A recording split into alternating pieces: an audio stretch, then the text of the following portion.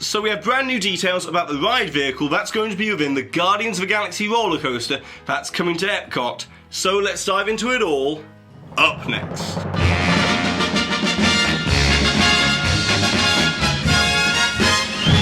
Hi there Waltoneers, I'm Jack, this is DSNY Newscast, and let's get right into it as we've been following along on the progress of this ride for quite a while now. Ever since last year when it was first rumoured that the Guardians of the Galaxy would be moving into the Universe of Energy Pavilion. Then we had the official announcement at the D23 Expo, and then we learnt that this ride will be in fact a roller coaster. And as Disney have officially announced recently, one of the longest enclosed roller coasters in the world, with a completely unique ride system that hasn't been seen within a Disney park. But details recently have started to leak out about the actual ride vehicle itself. Now we don't know the exact narrative of this ride or the exact specifications of the ride system, which will surely be revealed over the next couple of years. But we do now have our first look at this ride vehicle being tested by the manufacturer Vekoma, which is said to be the manufacturer of the ride system for this attraction, and that this is either the exact ride vehicle itself or the actual ride vehicle is extremely similar to this one in the photo here, as this information was first reported and confirmed by insiders over on the WDW Magic forums, and also a special thanks to Mr. RC for these images. Anyways, beyond just looking at this image of the bare bones of the ride vehicle, as clearly this is not what it will look like once Disney are finished adding their extra flourishes, theming it, and making it all around Disney-fied. But the main question here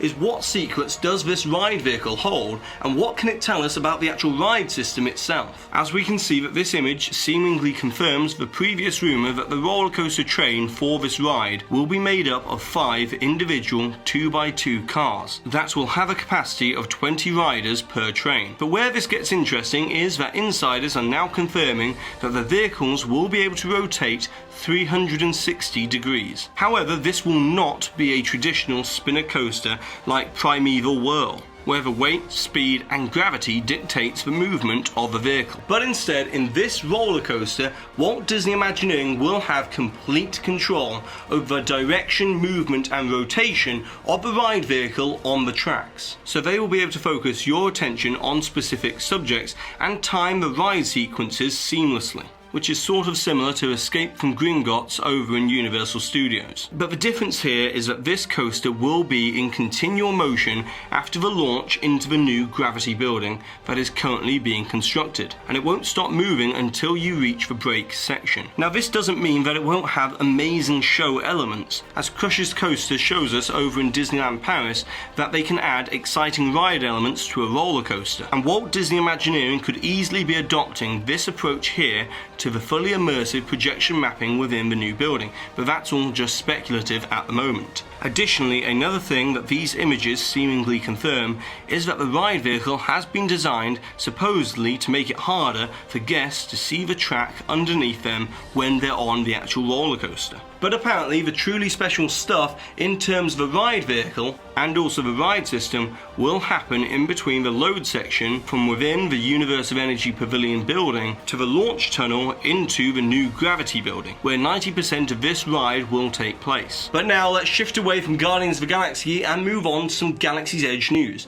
as we've now got our first look at one of the rendered scenes that you will see on one of the many missions and destinations that you will experience as part of the Millennium Falcon attraction, with this image coming from Nvidia and Epic Games, who have partnered with Walt Disney Imagineering to harness the power of 8 Quadro P6000 GPUs so that Imagineering can synchronize 5 projectors at the same time for the creation of ultra high resolution graphics on the outside of each pod capsule that will make up the Millennium Falcon cockpit. And that's not all, as Lucasfilm have also announced that Batuu, which is the planet where Galaxy's Edge is meant to be located, will be included as part of the official Star Wars canon, as in an upcoming novel, Emperor Palpatine assigns Darth Vader to deal with a disturbance in the Force on the planet of Batuu, which is clearly providing Disney parks some creative freedom to include Darth Vader as a meet and greet character within the new land if they wanted to. But meanwhile, over in Disneyland, we've now had official confirmation that the AMC Theatre, Rainforest Cafe, ESPN Zone, Earl of Sandwich, the West Side Starbucks, Starbucks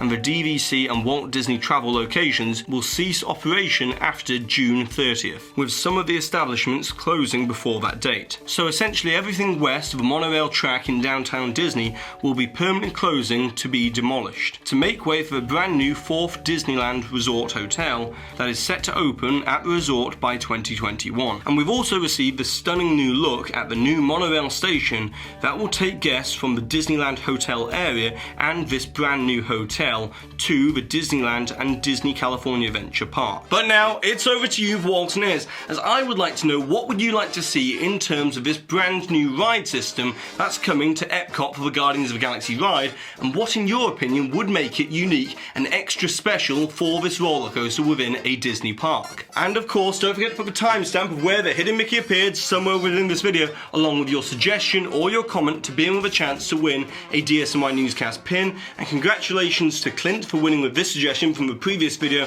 where we had a Walt and Ear showcase. And so that's it for today, so go ahead and subscribe down below if you're new to this channel. Hit that notification icon so therefore if YouTube does its job properly, it should notify you whenever a new DSNY Newscast video comes out. And if you've enjoyed today's video, as always, it really is a massive help if you can all give this video a massive thumbs up. And I've been Jack, you've been you, and I'll see you real soon.